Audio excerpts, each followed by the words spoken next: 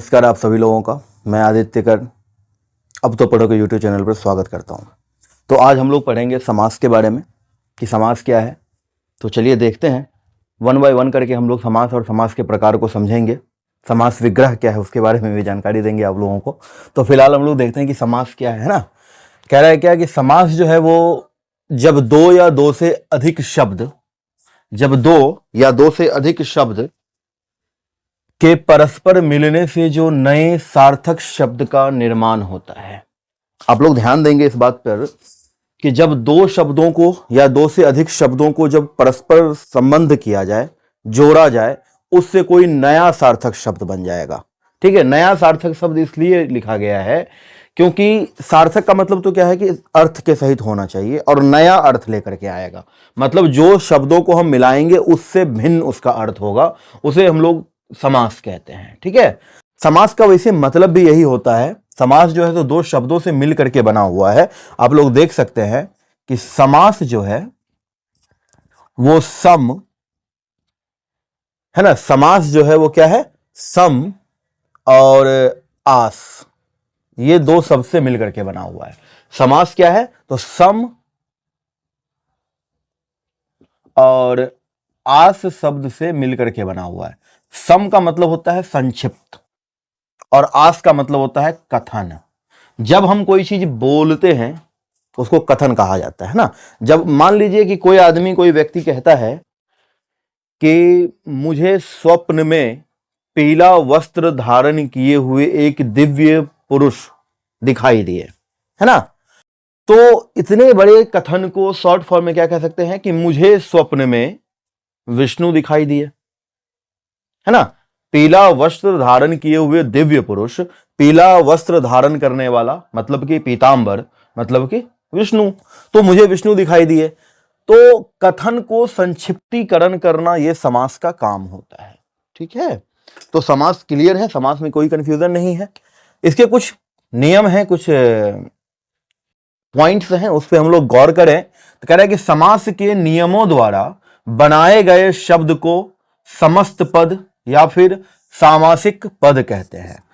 मतलब कि समास का जो नियम है उस नियम के आधार पर जब हम शब्दों का निर्माण करेंगे तो वो जो नया शब्द आएगा हमारे पास, नया सार्थक शब्द आएगा हमारे पास, उसे हम या तो समस्त पद कह सकते हैं या फिर सामासिक पद कह सकते हैं। सामासिक पद इसलिए क्योंकि समास के द्वारा बनाए गए हैं वो पद, और समस्त पद इसलिए क्योंकि दो या दो से अधिक शब्दों को जोड़ करके बनाया गया है। इसीलिए उसे क्या कहते हैं, या तो समस्त पद कहेंगे या सामासिक पद कहेंगे। ठीक है, आगे बढ़े तो इसमें क्या कह रहा है कि यदि समास में जो है प्रायः दो पद होते हैं। समास में प्रायः मुख्य रूप से जो है सो दो पद देखने को मिलते हैं, जिसमें जो पहला पद होता है उसे पूर्व पद कहेंगे, ठीक है, और दूसरा पद जो होता है उसे उत्तर पद कहेंगे। तो मतलब कि पूर्व पद और उत्तर पद मिलकर के जो नया शब्द बनाता है उसे हम लोग क्या कहते हैं, समास कहते हैं। कह सकते हैं इस प्रकार से कि प्रतिदिन एक समस्त पद हो गया। क्यों? क्योंकि इसमें एक पूर्व पद जो है वो प्रति है और उत्तर पद जो है वो दिन है, और पूर्व पद और उत्तर पद मिलकर के मतलब कि दो पद मिलकर के समस्त पद बना देता है या सामासिक पद बना देता है। उसे प्रतिदिन को हम क्या कहेंगे, सामासिक पद कहेंगे। ठीक है, आगे बढ़े तो कह रहे हैं कि समास प्रक्रिया के द्वारा दोनों पदों के बीच की जो विभक्ति चिन्ह होती है उसका लोप हो जाता है। ध्यान देंगे आप लोग। कारक में हम लोगों ने देखा पिछले क्लासेस में, पिछले वीडियोस में मैंने कारक के बारे में बताया है, कारक के विभक्ति चिन्हों के बारे में बताया है। आप लोग अब तो पढ़ोगे यूट्यूब चैनल पे, ये जो चैनल जिस पे आप ये वीडियो देख पा रहे हैं उस पे जाकर के पुराने वीडियोस देख सकते हैं जिसमें कि कारक के बारे में बताया गया है। तो यहां पे कह रहा है कि समास प्रक्रिया के द्वारा दोनों पदों के बीच का जो विभक्ति चिन्ह होता है उसका लोप हो जाता है, मतलब वो हटा दिया जाता है। किस प्रकार से? मान लीजिए कि दया का सागर, यहां पर एक शब्द है दया का सागर, ये सामासिक पद में अगर इसको लिखा जाए तो लिखा जाएगा दया सागर। तो इसमें जो ये का विभक्ति चिन्ह है इसका क्या किया गया है, लोप किया गया है, इसको हटा दिया गया है।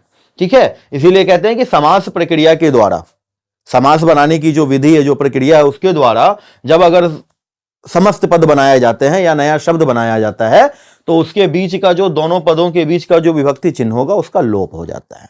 क्लियर? आगे बढ़े, कह रहा है कि समास विग्रह क्या है। अब देखिए, समास का मतलब तो होता है संक्षिप्तीकरण और विग्रह का मतलब होता है बदलना। तो संक्षिप्तीकरण को अगर हम बदल देंगे, उल्टा कर देंगे, तो संक्षिप्त जिसको मैंने संक्षिप्त किया था उसको अब क्या करेंगे, बढ़ा देंगे, विस्तृत कर देंगे। तो संक्षिप्त का विस्तृत करना मतलब कि समास विग्रह कहलाता है। विग्रह मतलब अलग अलग करना, पृथक करना। सामासिक पदों के बीच के संबंधों को स्पष्ट करना, मतलब उसके बीच का क्या संबंध है, दो पद हैं या दो से अधिक पद हैं, तो उस दो पद या फिर अधिक पदों के बीच क्या संबंध है, उस संबंध को स्पष्ट करना कहिए या फिर सभी पदों को अलग अलग करना कहिए, वही जो है सो समास विग्रह कहलाता है। ठीक है, कोई प्रकार की कंफ्यूजन नहीं है। तो आगे बढ़े। अब देखिए किस प्रकार से, तो कह रहा है कि नीलकंठ, नीलकंठ एक सामासिक पद है, मतलब कि एक समास है। अब इसको विग्रह देखिए किस प्रकार से किया गया, तो नीला है कंठ जिसका, नीला है कंठ जिसका, उसे नीलकंठ कहते हैं। तो विस्तृत कर दिया। मैथ्स में आप लोग बहुत लोअर क्लासेज में पढ़े होंगे शॉर्ट फॉर्म, एक्सपेंडेड फॉर्म, है ना, विस्तृत रूप और शॉर्ट फॉर्म मतलब कि उसका जो लघु रूप कहते हैं। जैसे मान लीजिए कि 29 है तो ये हो गया लघु रूप, और इसी का विस्तृत रूप अगर लिखेंगे तो 20 जोड़ 9 हो जाएगा, है ना। इसी तरह से ये क्या हो गया, समास हो गया, और ये इसका सामासिक विग्रह हो गया, समास विग्रह हो गया। कोई दिक्कत नहीं है। चलिए आगे बढ़े। आगे कह रहा है समास के प्रकार।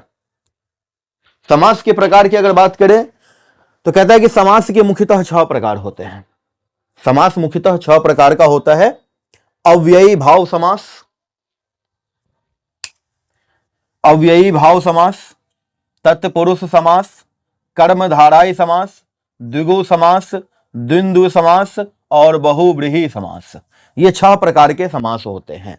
ध्यान रखेंगे, अव्ययी भाव समास, तत्पुरुष समास, कर्मधारय समास, द्विगु समास, द्वंद्व समास और बहुव्रीहि समास। इस सब के बारे में हम लोग आगे देखेंगे। फिलहाल यहां पे कह रहा है कि पदों की प्रधानता के आधार पर।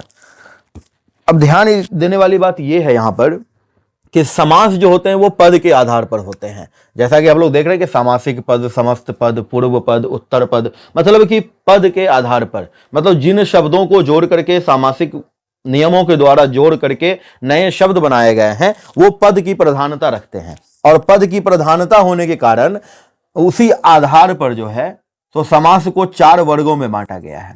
पहला, दूसरा, तीसरा, चौथा। देखते हैं कि क्या है ये।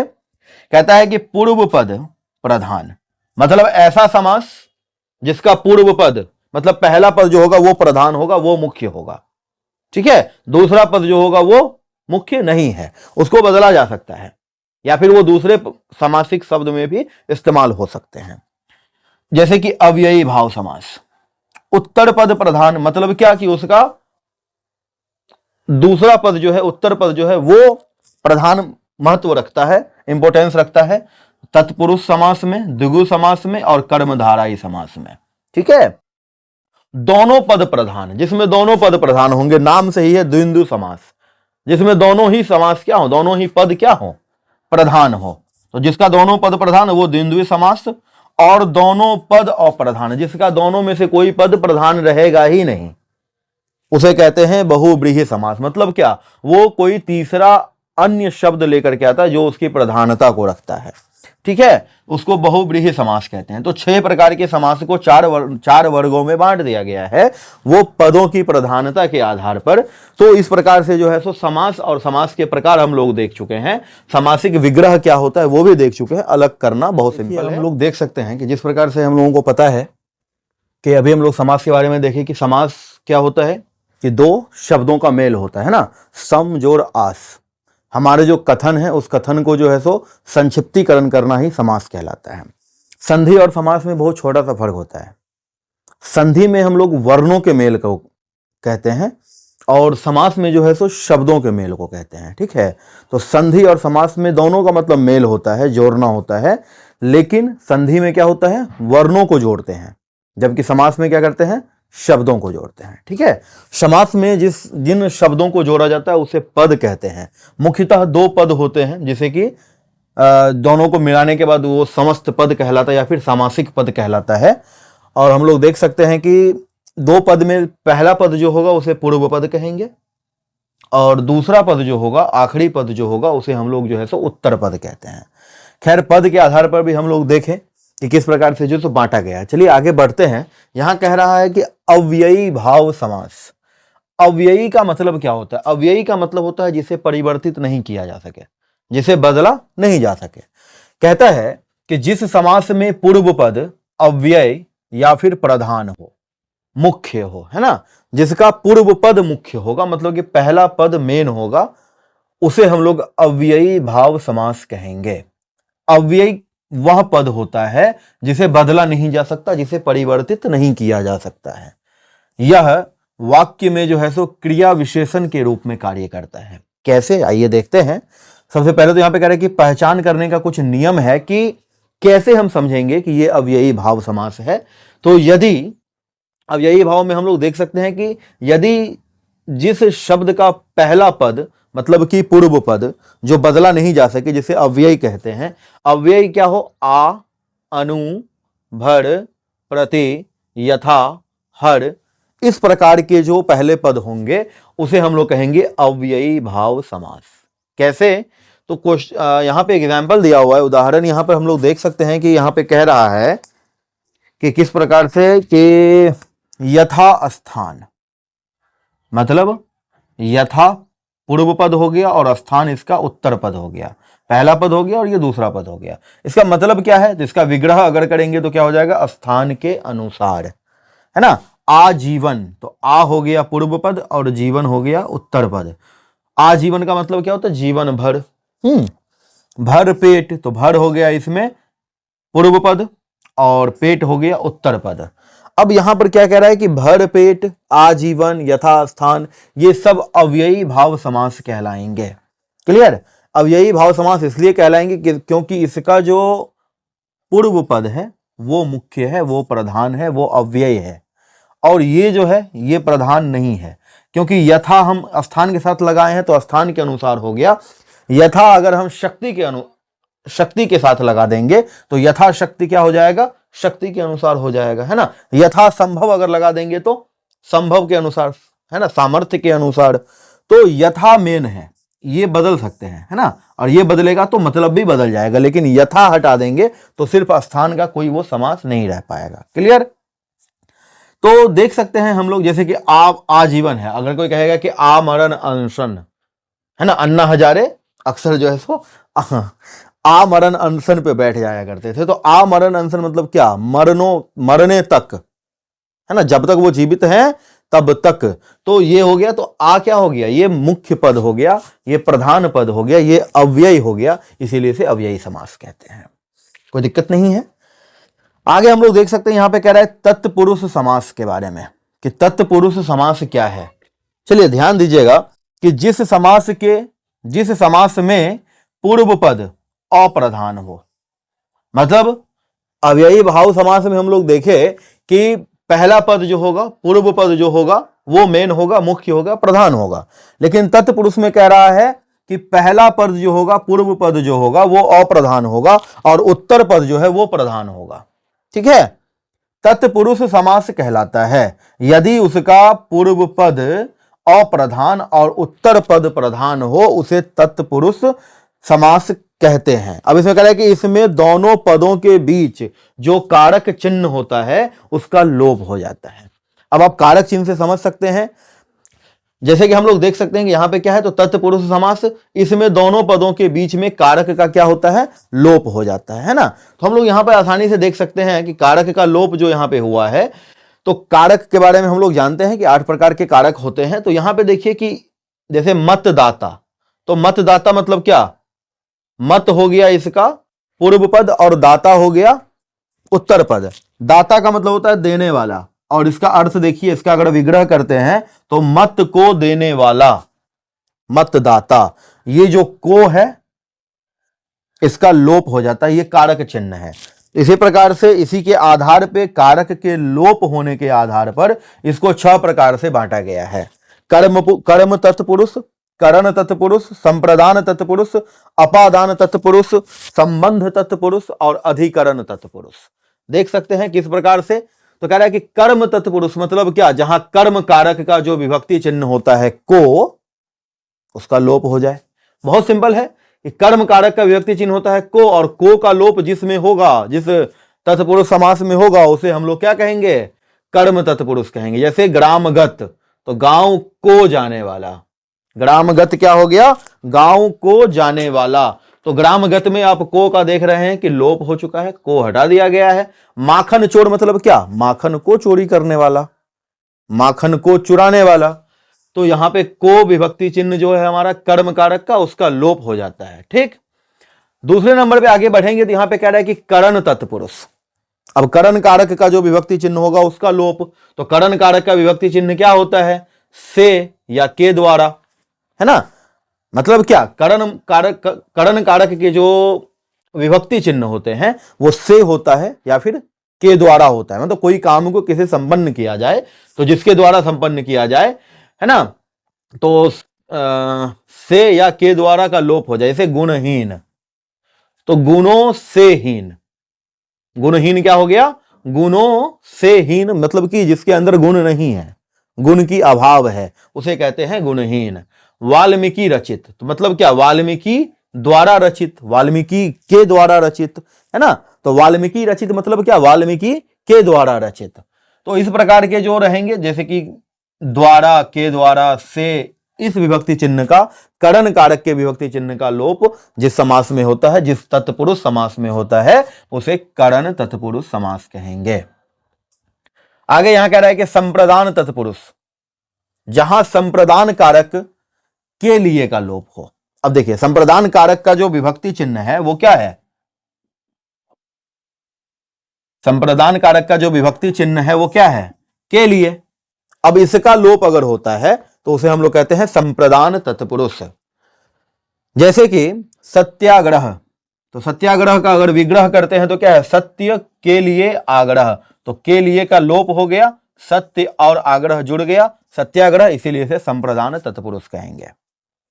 नेक्स्ट, अपादान तत्पुरुष, जहां अपादान कारक की विभक्ति का मतलब से का लोप हो। अब यहां पर भी से है और यहां पर भी से है। बहुत अच्छे तरीके से आप लोगों को जान जाना चाहिए। जो नहीं जान पा रहे हैं वो जाकर के वीडियो देख लीजिए। कारक का, संपूर्ण कारक का जो है सो मैं एक ही वीडियो में बता चुका हूं, है ना। वो वीडियो जाकर के आप लोग देख सकते हैं, हमारे इस अब तो पढ़ोगे यूट्यूब चैनल पे अवेलेबल है वो वीडियो। से यहां पर क्या है, तो जुड़ा हुआ है, गुण से हीन मतलब गुणों से जुड़ा हुआ है, गुण से हीन मतलब क्या, उसमें गुण की कमी है। वाल्मीकि रचित मतलब वाल्मीकि के द्वारा, है ना। लेकिन यहां पर जो से है, ये से का मतलब होता है अलग होना, अलगाव। ठीक है, जैसे पेड़ से पत्ते गिरते हैं, तो पेड़ से पत्ते गिरते हैं, तो पेड़ से पत्ते गिर रहे हैं मतलब क्या, पेड़ और पत्ते में क्या हो रहा है, अलग हो रहा है दोनों, है ना। जैसे हम लोग कहेंगे कि मोहन कलम से लिखता है, तो यहां भी से आया, लेकिन कलम से मतलब क्या, कलम उसके हाथ में है, हाथ और कलम दोनों क्या है, जुड़े हुए हैं। तो ये से का करण कारक में जो से चिन्ह आते हैं, इसका मतलब होता है जुड़ा हुआ, और यहां जो अपादान में जो से आते हैं, इसका मतलब होता है दूर, दूरी, अलगाव। तो धनहीन मतलब धन से हीन, तो इसमें देख रहे हैं कि से विभक्ति का लोप हो गया है, धन और सिर्फ हीन का यहां पे इस्तेमाल किया गया है। ठीक, पांचवा में एक बता रहा है क्या, संबंध तत्पुरुष। तो संबंध कारक के विभक्ति चिन्ह क्या होते हैं, का, की, के, रा, री, रे। तो इस प्रकार के विभक्ति चिन्ह का जो लोप होगा उसे संबंध तत्पुरुष कहेंगे। जैसे कि प्रेम सागर, अगर इसका विग्रह करते हैं तो प्रेम का सागर, तो का इसमें क्या हो गया है, लोप हो गया है, सिर्फ प्रेम और सागर है, प्रेम सागर, इसे संबंध तत्पुरुष समास कहेंगे। 6 नंबर पे कह रहा है कि अधिकरण तत्पुरुष। बहुत सिंपल, जिस प्रकार से देखते आ रहे हैं हम लोग कि अधिकरण तत्पुरुष, यहां पे क्या कह रहा है कि जहां अधिकरण कारक के विभक्ति चिन्ह, अधिकरण कारक के विभक्ति चिन्ह में या पर का लोप हो, लोप मतलब हट जाए, है ना। तो जैसे गृह प्रवेश मतलब क्या, गृह में प्रवेश, तो में का लोप हो गया, में या पर का लोप मतलब अधिकरण कारक का जो विभक्ति चिन्ह है उसका लोप अगर होता है तो उसे अधिकरण तत्पुरुष कहते हैं। ठीक है, आत्मविश्वास मतलब क्या, आत्मा पर विश्वास, तो पर का लोप हो गया, तो में या पर अधिकरण कारक के जो विभक्ति चिन्ह है उसका अगर लोप होता है तो उसे हम लोग क्या कहेंगे, अधिकरण तत्पुरुष कहेंगे। ठीक है, बहुत सिंपल है, आसानी से समझ में आ सकता है। इस चीजों को स्क्रीनशॉट ले लीजिए और आगे देखते हैं। हम जैसा कि हम लोग अभी तक देखे हैं कि तत्पुरुष समास के जो है सो कारक के आधार पे, मतलब कि कारक के जो विभक्ति चिन्ह होते हैं उसके लोप के आधार पे जो है 6 प्रकार से बांटा गया था। ठीक है ना, लेकिन तत्पुरुष समास के कुछ उपभेद भी हैं जिसके बारे में अभी हम लोग देखेंगे, और इससे रिलेटेड क्वेश्चंस अच्छे खासे आते हैं कॉम्पिटिटिव एग्जाम्स में, खास करके जैसे सक्षमता, टीआरडी सब की तैयारी आप लोग कर रहे हैं तो आप लोगों के लिए बहुत ज़्यादा ध्यान देने योग्य बातें हैं ये, कि जैसे कि नयन तत्पुरुष समास। अब क्या है ना कि उपभेद, भेद तो हम लोग समझ जाते हैं, उपभेद को हम लोग क्या करते हैं, छोड़ देते हैं, लेकिन छोड़ना नहीं है, कारण कि इससे भी क्वेश्चंस रहते हैं अच्छे खासे, आप लोग देखेंगे तो आप लोगों को पता चलेगा कि हाँ रिलेटेड क्वेश्चंस हैं। तो जैसे कह रहा है कि नयन तत्पुरुष समास, तो जिस समास में न पूर्व पद में नकारात्मक शब्द का जो है सो इस्तेमाल होता है। अब नकारात्मक शब्द की अगर बात करें जैसे अ, अन, गैर या ना, इस प्रकार के जो नकारात्मक शब्द होते हैं इसका प्रयोग करके जो समास बनाया जाता है उसे वैसे तत्पुरुष समास को नयन तत्पुरुष समास कहेंगे। कैसे, तो जैसे देखिए कि असभ्य, तो असभ्य में जो पूर्व पद है वो है अ और इसका उत्तर पद है सभ्य, लेकिन ये सभ्य में अ मिलकर के जो है सो इसके मतलब को क्या करता है, नकारात्मक कर देता है ना। असभ्य मतलब क्या, जो सभ्य न हो। गैर वाजिब का मतलब क्या, जो वाजिब न हो। तो नकारात्मक अर्थ को प्रकट करने के लिए जो पूर्व पद में न के जगह पे नकारात्मक शब्द का इस्तेमाल होता है, जैसे कि अ, अन, गैर या फिर ना, जैसे नास्तिक है ना, गैर वाजिब, असभ्य है ना, इस प्रकार के जो होते हैं जिसमें कि न का जो है सो अर्थ होता है नकारात्मक सेंस होता है, तो उसको कहेंगे नयन तत्पुरुष समास। आगे हम लोग बढ़े तो यहां पे क्या कह रहा है कि उत्तर पद, सॉरी उपपद तत्पुरुष समास। अब देखिए यहां पे दूसरे नंबर पे जैसे कि हम लोग ये देख चुके, अब यहां पे दूसरे नंबर पे क्या कह रहा है कि उपपद तत्पुरुष समास, जैसा कि ऐसा समास जिसका उत्तर पद क्या हो, भाषा में स्वतंत्र रूप से प्रयुक्त ना हो। अब जैसे कि हम लोग हिंदी भाषा की अगर बात करें तो हमारे हिंदी भाषा में जो इसके उत्तर पद होंगे, मतलब ऐसा समास, ऐसा तत्पुरुष समास जिसका उत्तर पद जो होगा वो हमारे भाषा में स्वतंत्र रूप से प्रयुक्त नहीं है, लेकिन प्रत्यय के रूप में उसका प्रयोग किया जाता है। तो वैसे हम देख सकते हैं यहां पर कि क्या कह रहा है, जैसे नभचर, तो इसका पूर्व पद हो गया नभ और इसका उत्तर पद हो गया चर। अब ये जो चर है, ये चर का कोई मतलब नहीं होता, हमारी भाषा में चर का कोई मतलब नहीं होता है, लेकिन ये नभ के साथ या फिर अन्य किसी शब्दों के साथ जोड़कर उसके मतलब को बना सकता है, एक सार्थक शब्द दे सकता है। समास तो इसी को कहते हैं कि दो शब्दों को जोड़कर, दो पदों को जोड़कर एक ऐसा नया पद दे जिसका क्या हो, एक सार्थक शब्द हो, एक सार्थक अर्थ हो, है ना। तो नभ में विचरण करने वाला, नभचर क्या होगा, नभ में विचरण करने वाला। नभ का मतलब होता है आकाश, आसमान, है ना। स्वर्णकार में देख रहे हैं कि कार जो इसका उत्तर पद है तो इसका कोई मतलब नहीं है, CAR कार अंग्रेजी में होता है जिसका मतलब गाड़ी होती है ना, लेकिन हिंदी में कार का मतलब कुछ नहीं है। लेकिन स्वर्ण के साथ अगर जोड़ दिए तो स्वर्णकार मतलब सोना का कार्य करने वाला, जैसे सुनार लोग होते हैं ना, गोल्ड स्मिथ, तो उस प्रकार के जो होते हैं उसको कहेंगे स्वर्णकार। ठीक है, तीसरा नंबर पे कह रहा है लुप्त पद। अब देखिए लुप्त का मतलब क्या होता है, लोप होना, हट जाना।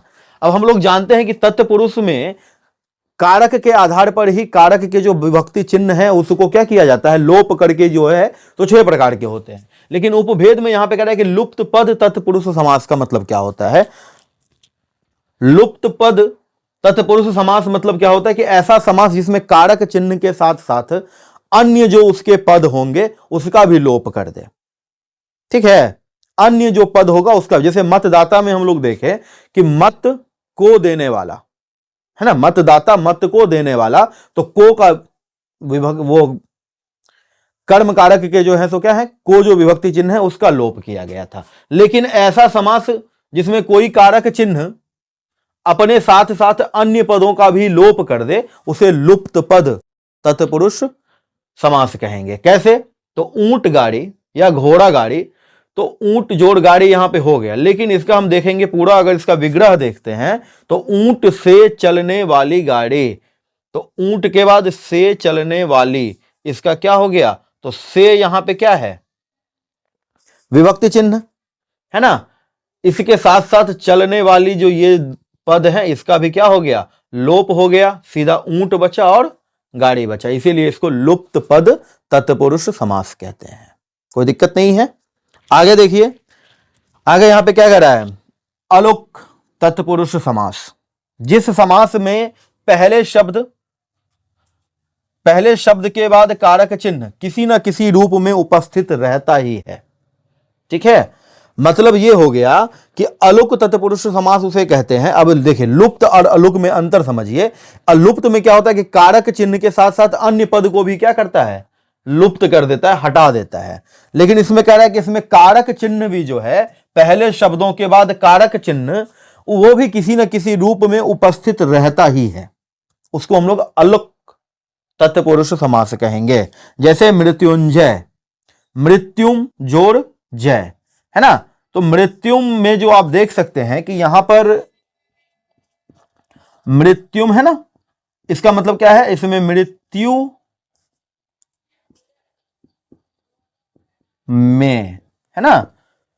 तो ये में क्या है, विभक्ति चिन्ह है, मतलब कारक के विभक्ति चिन्ह किसी ना किसी रूप में, जैसे संस्कृत भाषा की ये मृत्युम में, ये मृत्यु में होता है इसका मतलब। ठीक है, मृत्यु को जीतने वाला। ठीक, तो किसी न किसी रूप में वो कारक चिन्ह जो है सो उपस्थित रहता ही है, उसे हम लोग अलुक तत्पुरुष समास कहेंगे।